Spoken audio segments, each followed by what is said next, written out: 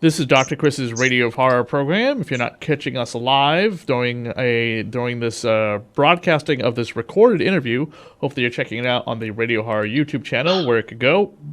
Afterwards, tonight on the show with us, we have director-writer David Matalon on the show with us talking about The Clearing. A father must battle his way through the zombie apocalypse to save his daughter. And it stars Liam McIntyre, you might know from the Spartacus television series on Starz a few years ago. Thank you for coming on the show with us, David.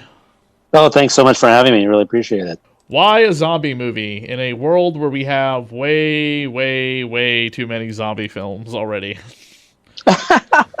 I don't know if you could ever have too many. I mean, I think, look, at the end of the day... I think the zombie vampire genre got blown up, and it's now oversaturated, and we're dialing it down a bit, I think.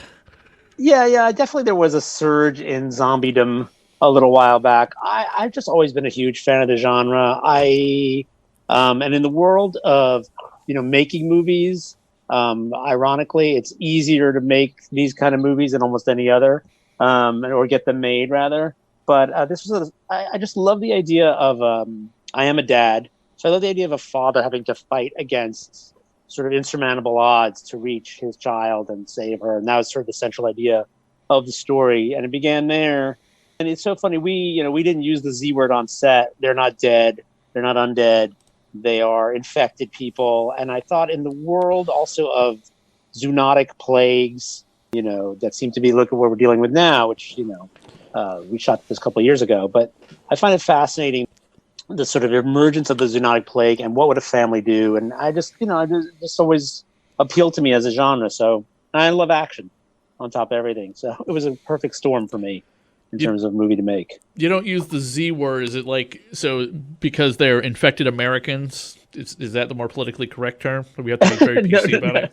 We just don't. They deserve their rights too. In the movie, in the video game, Doom, the most recent Doom game, they poke fun at people that need to be overly PC about everything and call the demons that have come over to Earth or whatever as misplaced entities. And the word demon is very offensive because it codes connotations of being from hell and damnation, and that's not okay anymore because it's a negative stereotype, and we have to embrace our otherworldly dimensional hopping entities, even though they have destroyed the planet Earth.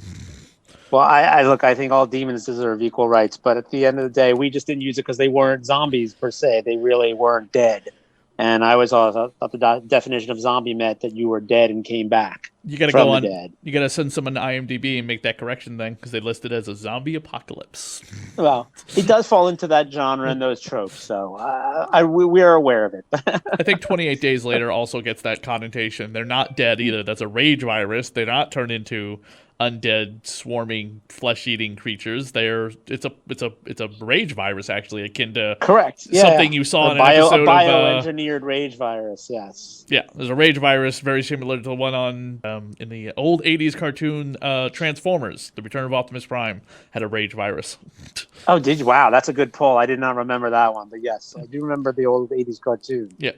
Season 3 finale. You know your stuff.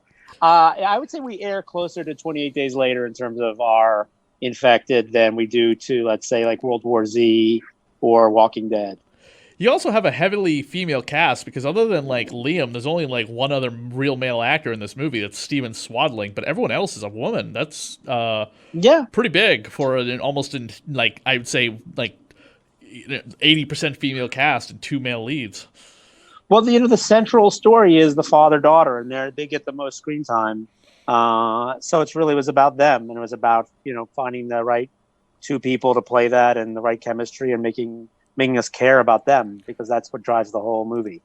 The daughter is played by a woman I'm not familiar with, Andrea Smith. Andrea Smith. Yes. She interesting story. That was the first feature, to my knowledge, that she had done in a leading role. She had come to us. We had done mostly live auditions because we were not quarantined at the time.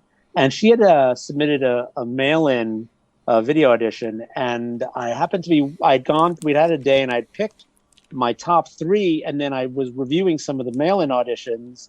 the video submissions, and she just blew me away from that.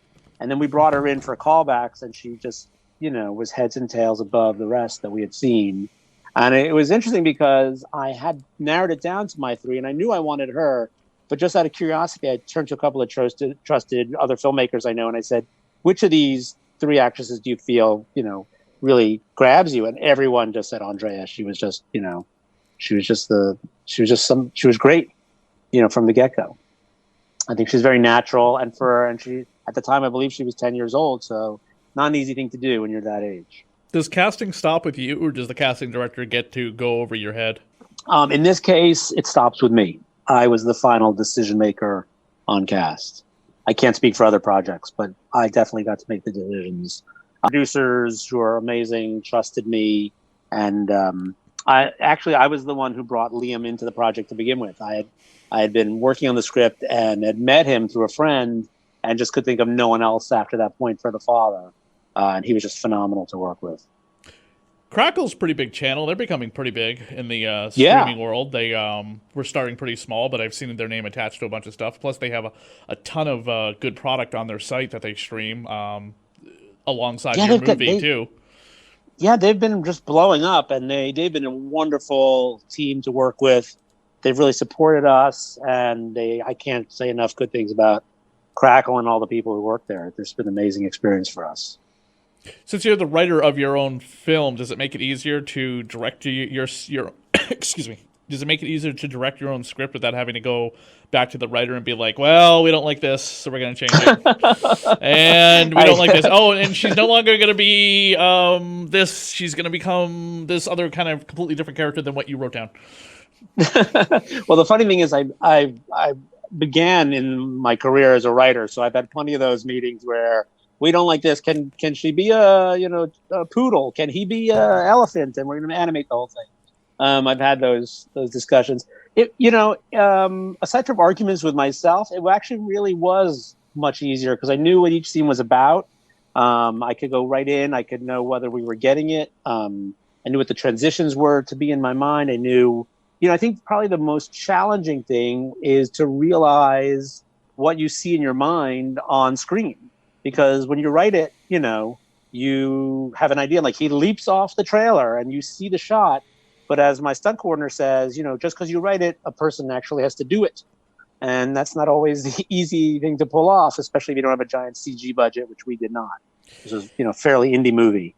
Yeah. Where do you find, how do you find all these extras? Because you have, and I am counting, 1, 2, 3, 4, 5...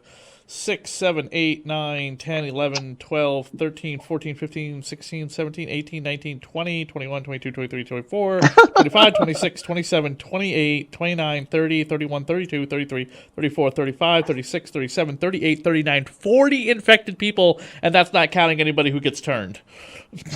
That is a pretty good... that's probably about what we had. I think at one point we may have had as much as 50 people on set, but did you just walk over to the Walking Dead set and say, hey, who are you not using today? Like, who's not working today? Who wants to work? He is very funny because we had our casting department brought in most of our infected who kind of filled the background, but we had an amazing stunt team, and you'd be surprised at how many of the people up in front of the camera actually stunt people, and that was kind of most of what most of the people close to camera you see. But yeah, the amazing thing is it's incredible how many people not only just want to be in the movie, but are enthusiastic to be a part of it. I mean, it's funny you said the genre's sort of, been exploded and exploited, but there's still incredible enthusiasm for the zombie genre or the horror, and certainly for horror, as you well know. So we'd have just people on set who'd be coming up to us going, can we come next tomorrow? Can we be a part of this? They were really they were fantastic. Everybody, there was a great attitude on set, and it was a pleasure to, everyone's attitude feeds the whole process and just makes it a real pleasure to be there. So, but yes, you'd be amazed at how many people want to be zombie extras. Where did you film it? We actually shot up in Gillette Canyon, the Gillette Ranch, up in Malibu Canyon. We're right up the 101 in California, right here. there were talks about going all over the place, and then we ended up just shooting in our backyard. That definitely must make it easier than running around all over the place. Yeah, it was nice for me because I had just had a new baby.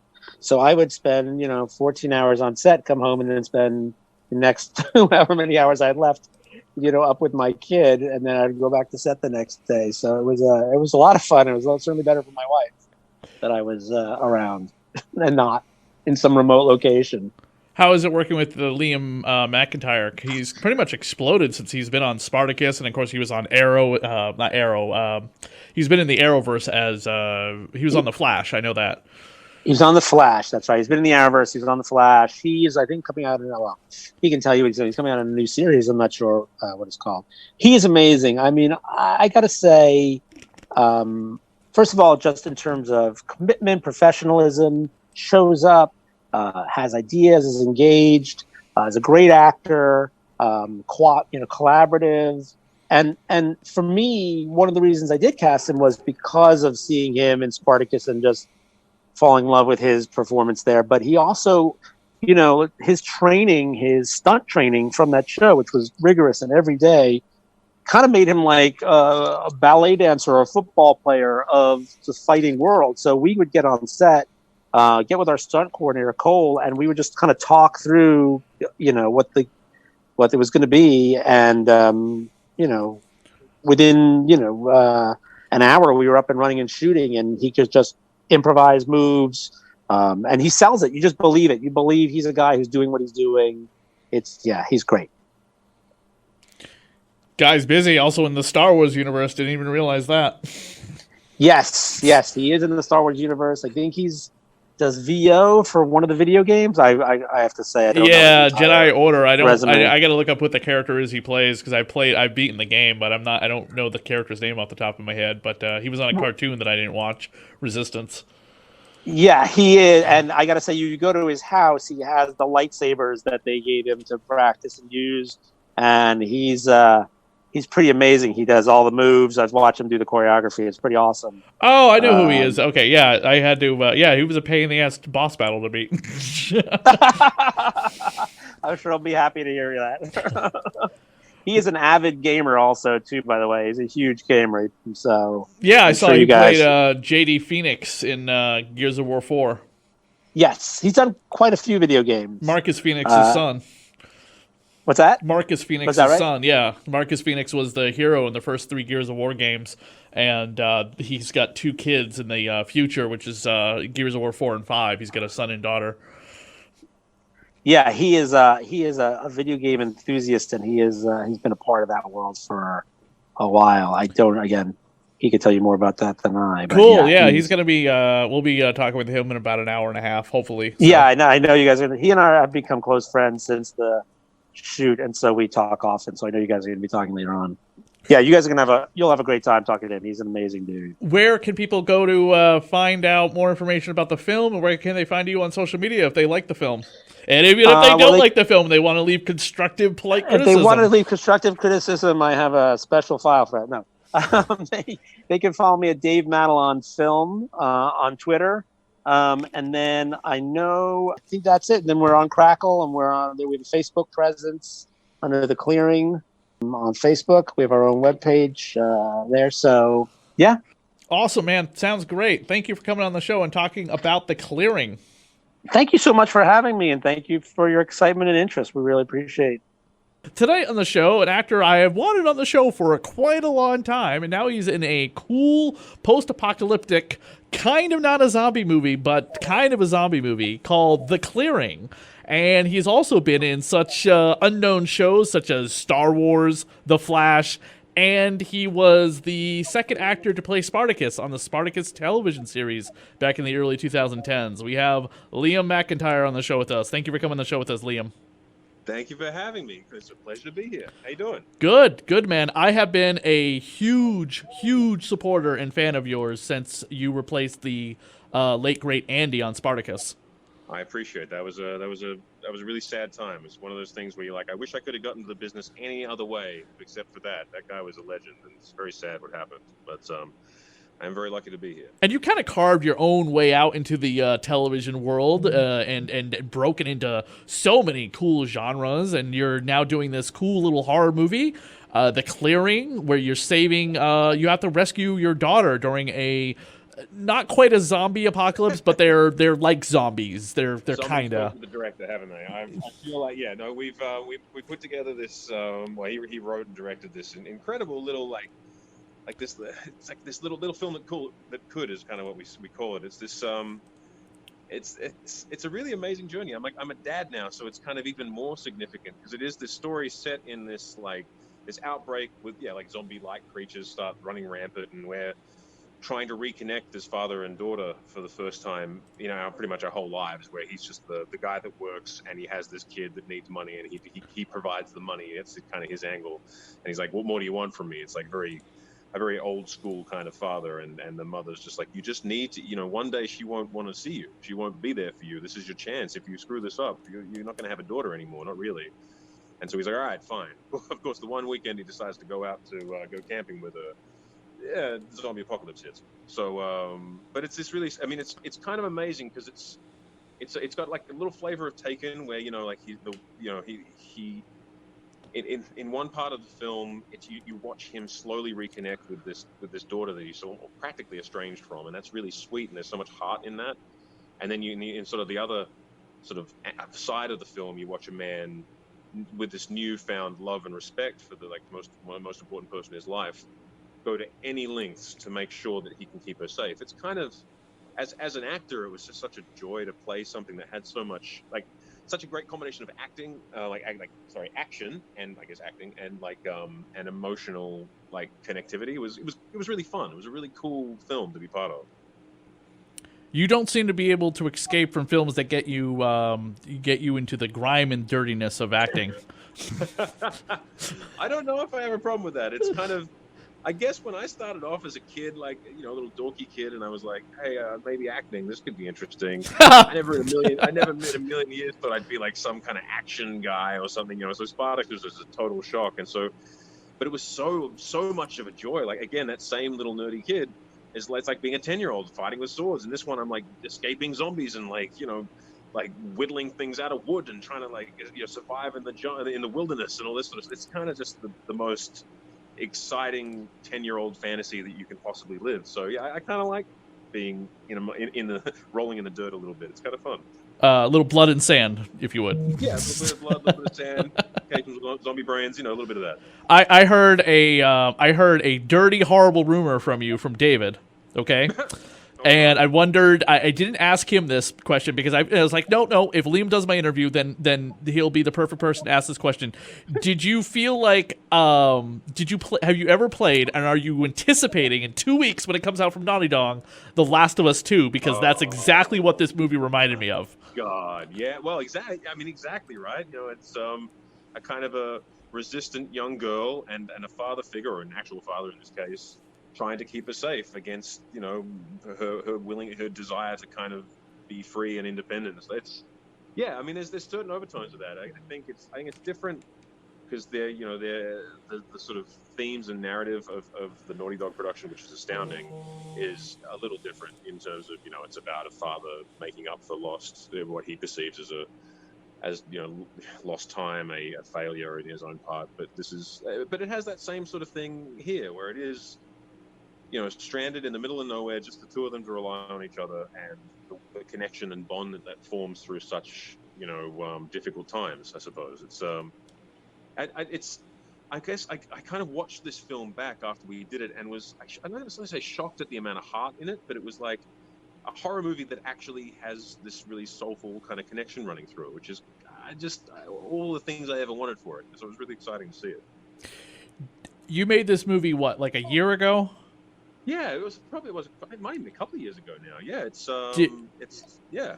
Did you ever think that movie would have so much social relevance to today? I'm assuming, right. Are you a father yourself right now? Yeah. Yeah, so you're protecting your children from not a zombie outbreak, but a virus that has wiped out 113,000 people right now.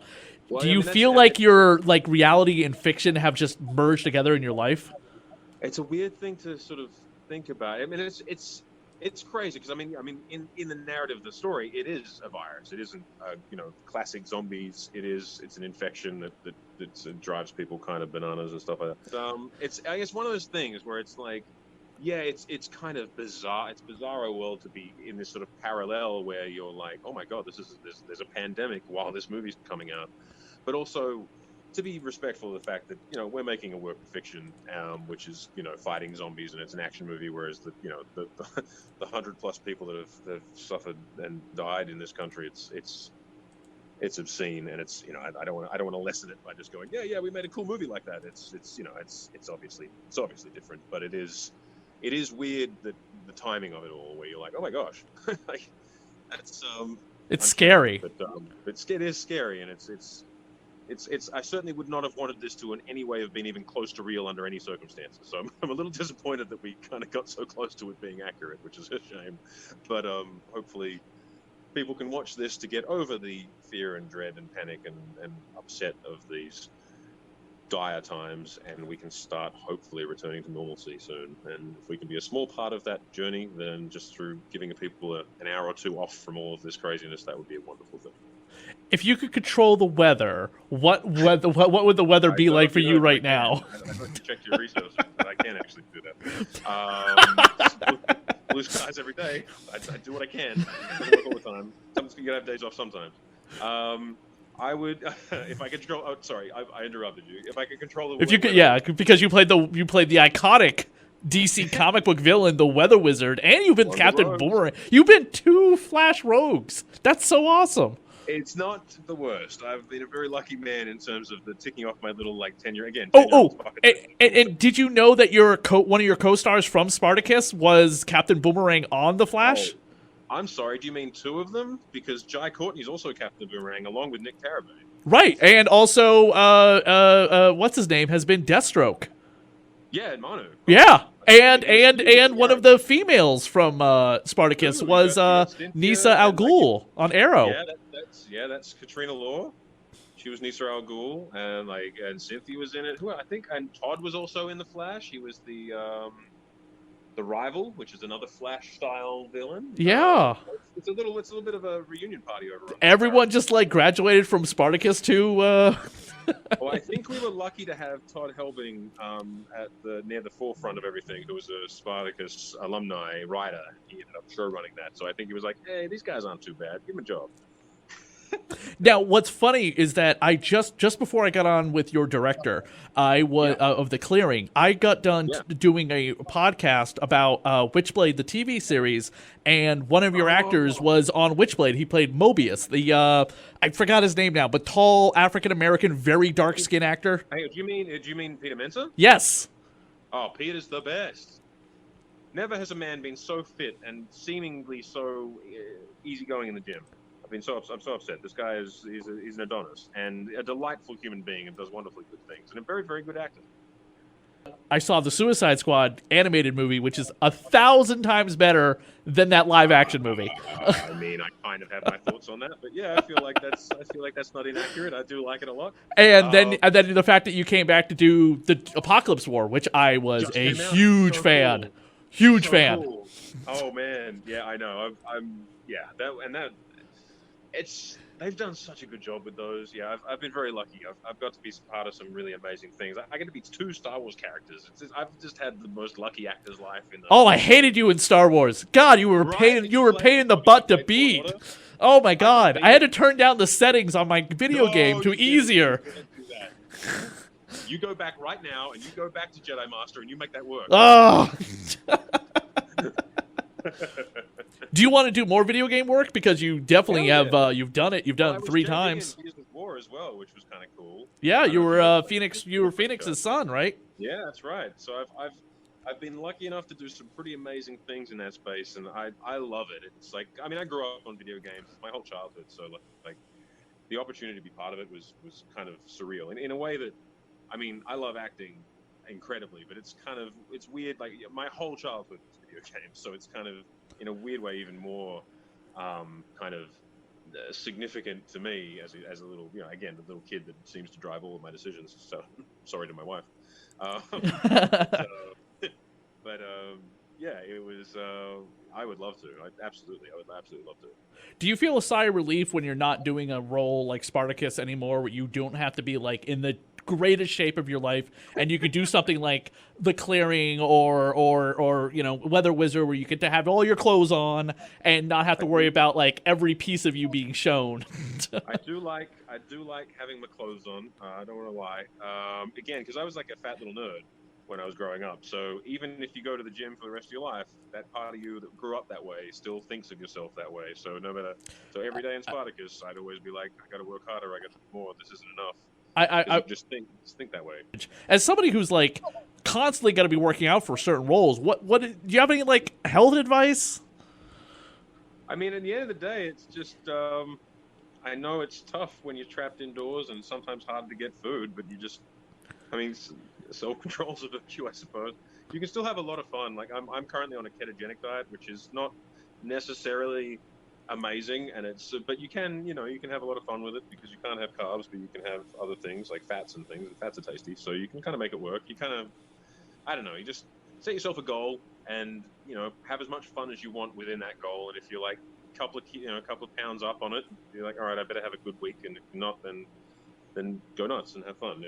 I've got friends that obviously by necessity, and sometimes I have to as well, be crazy strict.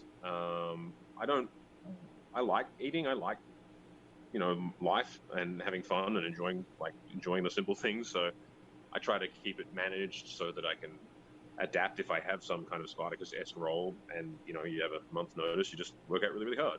But, some people are better at doing that all the time and they like that. I've got some friends like that, but I'm just not that person. So you just kind of try to keep it under control until you feel the need to push it that extra step further if you need to, or if you're just happy being kind of just comfortable, and that's good as long as you're healthy. Biggest, most important question ever is probably going to be: are you going to get the PlayStation 5 or the Xbox X? Oh, mate, when you're a nerd like me, you don't choose. You just save up the money and you buy both. I thought you would lean more towards the Xbox X because you're involved in Gears of War. Yeah, no, it's funny actually because I've gone through a lot of phases. I was a Nintendo guy growing up, and then I went PlayStation. And then since I've been in Gears of War, I guess I've gone to the Xbox. I've always been a PC gamer at heart, and I've just got a Switch a while back, and that's really fun. So going back to Nintendo, I guess I don't know. I like to be console agnostic. I'm not really big on the console wars. Everyone makes really good games, and if you're lucky enough to be able to play them all, then why would you want to be like, I won't play Gears of War because it sucks because it's on the Xbox, or I won't play Spider-Man because it's a PlayStation game and PlayStation suck. It's like, no, come on, man. Like it's art, so just have fun with it. If you like it, play it. And if you don't, then just it's not a big deal. We got bigger things to worry about. But yeah, I will. I don't know. I'm interested. I am interested to see what I will find. What I'll think is the quote unquote better console, just on a kind of a technical standpoint, as I start releasing more information. There's a bit out there, but I'm interested. I'm interested in this kind of PC model Xbox Series X, and then the more SSD driven PlayStation 5 model. I'm interested to see how they perform. I mean, the tech demos were incredible, so we'll see. Do you want to come back and do more Star Wars stuff? Yeah, I mean, is that even a question? Can you ask that question and get an answer that is no? I mean, maybe Alec Guinness can say like, "Nah, I'm good," but like, well, not now. Sorry, but yeah, I mean, like, I feel like there's no one in the world that would be like, "No, I'm good for Star Wars." So. Yeah, you never know. The way they start and go with Star Wars projects, sometimes it can be a hit or miss question. The TV series stuff seems to be very much more fan positive, whereas the movies have been so divisive. It's tough to carry on a legacy like that. I mean, it is such a. I remember someone showing me Labyrinth, and I hadn't seen it as a kid. And everyone's like, this movie is like a pivotal moment in your life when you see this. And I remember watching it as like a 21-year-old and being like, I mean, David Bowie's kind of fun. I mean, it's good, right? But because I didn't have that childhood nostalgia kind of carrying it, I was like, yeah, I mean, it's all right. And so, like, it's hard to kind of go, Star Wars is the best series of all time. I want to see more, but I want to see them exactly as they were, but I also want to see them totally different, but together at the same time. It's so hard to satisfy. However, The Mandalorian, I feel, did a really good job. I loved it, personally. So, I mean, more of that, thanks. I think they just said that Tilda Swinton could possibly be stepping in for a Labyrinth sequel, and she taking over David Bowie's character. That's the correct casting. I guess so. I just don't. It's like Labyrinth is special. We don't need to sequelize it. You know, it's. I don't know if you've noticed, but everything needs a sequel. I'm pretty sure. I saw an ad for Perry Mason. I was like, wow, that's a deep dive. Or we don't need to remake everything. We don't need to remake Back to the Future. We don't need to remake Jaws. You know. They will, though. You know they will. Of course they will. I mean, they will. Right, and there's something different.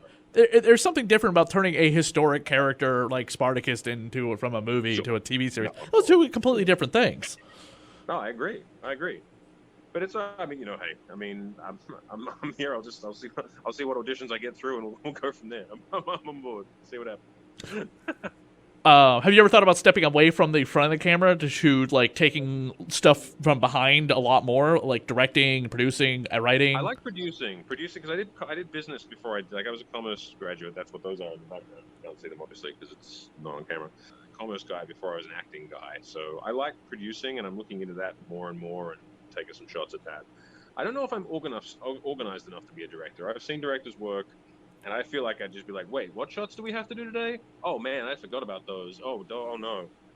So I feel like that maybe, we'll see. I like the creative component of it, but there's like a whole logistical factor of it, which I'm like, I don't know if that's my strong suit. Maybe my wife's extremely organized, so if she can like co-direct with me, we might have a chance.